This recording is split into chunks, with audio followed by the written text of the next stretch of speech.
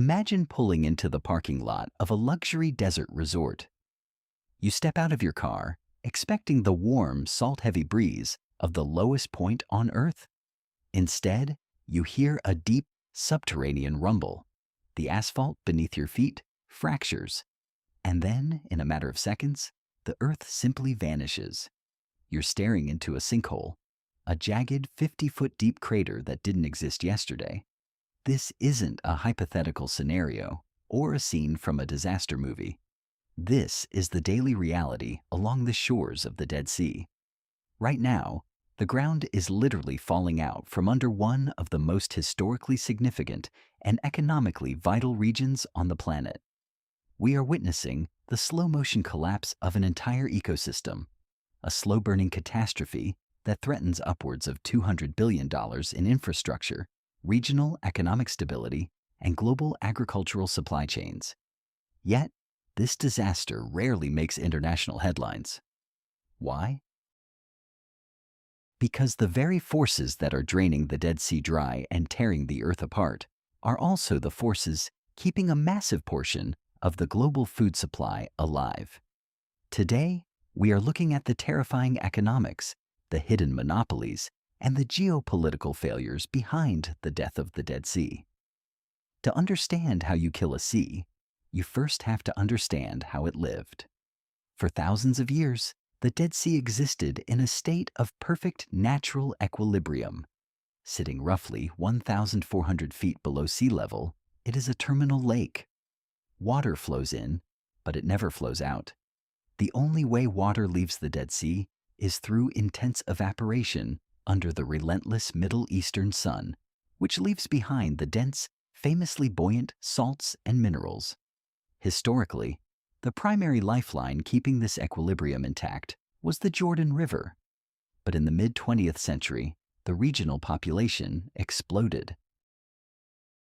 To survive in an arid climate, bordering nations, Syria, Lebanon, Jordan, and Israel, began aggressively damming and diverting the Jordan River's headwaters for drinking water and agricultural irrigation.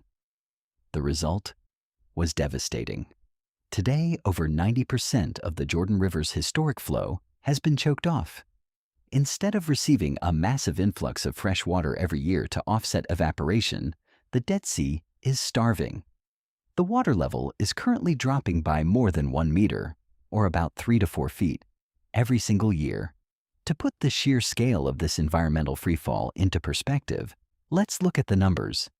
In the 1930s, the Jordan River inflow was roughly 1.3 billion cubic meters per year. Present day, it is about 100 million. That is a 92% reduction in natural replenishment. Historically, the surface elevation was 390 meters below sea level. Now it is approximately 438 meters below sea level, a drop equivalent to a 15-story building. And the surface area has shrunk from 1,050 square kilometers down to just 600, meaning the sea has lost nearly half its size. But population growth and climate change are only half of the equation. To find the real catalyst accelerating this collapse, we have to look to the extreme southern end of the sea, where geography has been entirely replaced by industry. If you look at a modern map of the Dead Sea, you will notice it is actually split in two. The northern half is a natural shrinking body of water, but the southern half looks like a giant patchwork quilt of geometric swimming pools. These are the evaporation ponds, and they are the engine of a multi-billion-dollar global monopoly. The Dead Sea is essentially the world's most lucrative chemical soup. It is incredibly rich in potash, bromine, and magnesium. Potash, in particular, is a critical ingredient in agricultural fertilizer. Without it, global crop yields would plummet, leading to widespread food shortages. The world is utterly addicted to Dead Sea minerals. To feed this addiction, two massive corporate entities, the Israel Chemicals Limited on the western shore and the Arab Potash Company on the eastern shore, operate a brutal, highly efficient extraction process. Here is how they do it. The pumping. Because the southern basin actually dried up naturally decades ago, These companies literally pump massive amounts of water out of the remaining northern basin. The evaporation. They flood the massive, shallow southern pools with this water. By spreading the water out, they artificially increase the surface area, exposing it to the blazing sun. The harvesting. As the water evaporates, it leaves behind a slurry of carnallite, a mineral compound rich in potassium and magnesium, which is then dredged up and refined. This industrial process is incredibly lucrative. The Israeli concession area alone generates an estimated $750 million in operating profit annually.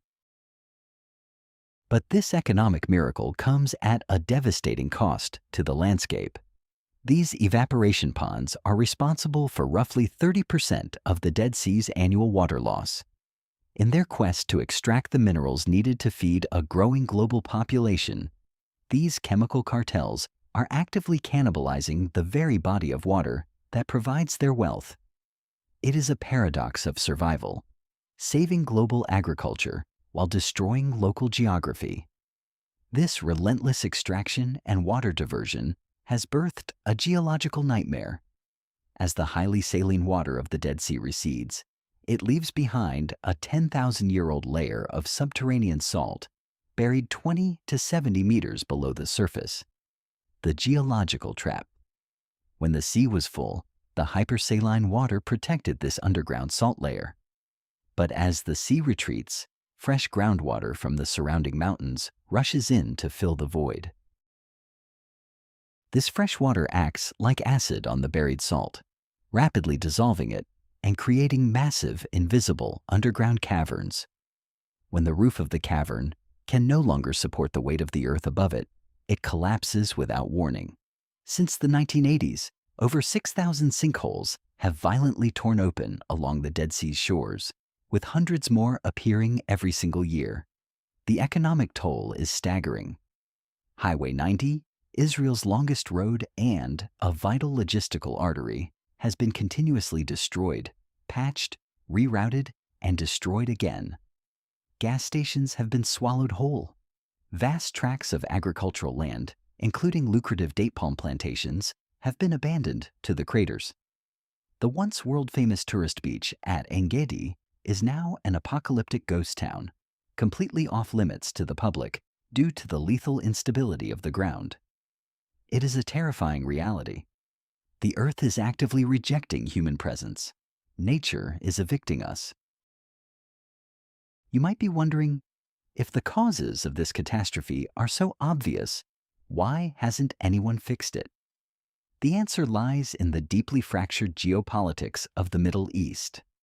Water in this region is more heavily guarded than oil. Israel has largely solved its domestic water crisis through a miraculous, multi-billion-dollar network of Mediterranean desalination plants. They have more fresh water than they need. Jordan, however, is one of the most water-scarce nations on the planet. Its population has swelled with millions of refugees from neighboring conflicts, pushing its water infrastructure to the breaking point. For over a decade, the international community pinned its hopes on a mega project known as the Red Sea-Dead Sea Water Conveyance. The plan was ambitious: build a $1.5 billion pipeline to pump seawater from the Red Sea, run it through a massive desalination plant in Jordan to provide desperately needed drinking water, and dump the leftover salty brine into the Dead Sea to stabilize its falling levels. It was hailed as an engineering marvel that would force enemies to cooperate and save a natural wonder. But in 2021, the dream officially died, drowned by bureaucratic hurdles, astronomical costs, environmental concerns about mixing different types of seawater, and deep simmering diplomatic tensions between Israel and Jordan. The Jordanian government finally pulled the plug. The ultimate geopolitical failure. Jordan is now pursuing an internal desalination project, and the Dead Sea has been left to its fate. So, what is the endgame for the lowest place on Earth? Scientists from the Weizmann Institute suggest that the Dead Sea will not disappear entirely. Instead, nature will force a brutal new equilibrium. In about 400 years, after dropping another 100 to 150 meters, the water will become so incredibly dense, so hypersaline, that it will simply stop evaporating. But by the time that happens, the Dead Sea as we know it will be gone. It will be an inaccessible toxic puddle surrounded by a fractured, deadly wasteland. The $200 billion ecosystem of tourism, infrastructure, and industry will have completely collapsed, swallowed by the very sinkholes it helped create. The death of the Dead Sea is a masterclass in human hubris. We have engineered a global agricultural system reliant on mining the desert, and we have weaponized water in a region that desperately needs it. We traded a geographical wonder for a few decades of fertilizer and political leverage. The ground collapsing in the Middle East is a warning for the rest of the world. When you treat geography like a limitless bank account, eventually, nature calls in the debt. If you want to understand the hidden economic forces shaping our world, make sure to hit subscribe. Leave a comment below. Do you think the international community should intervene to save the Dead Sea, or is it already too late? Thanks for watching, and I'll see you in the next one.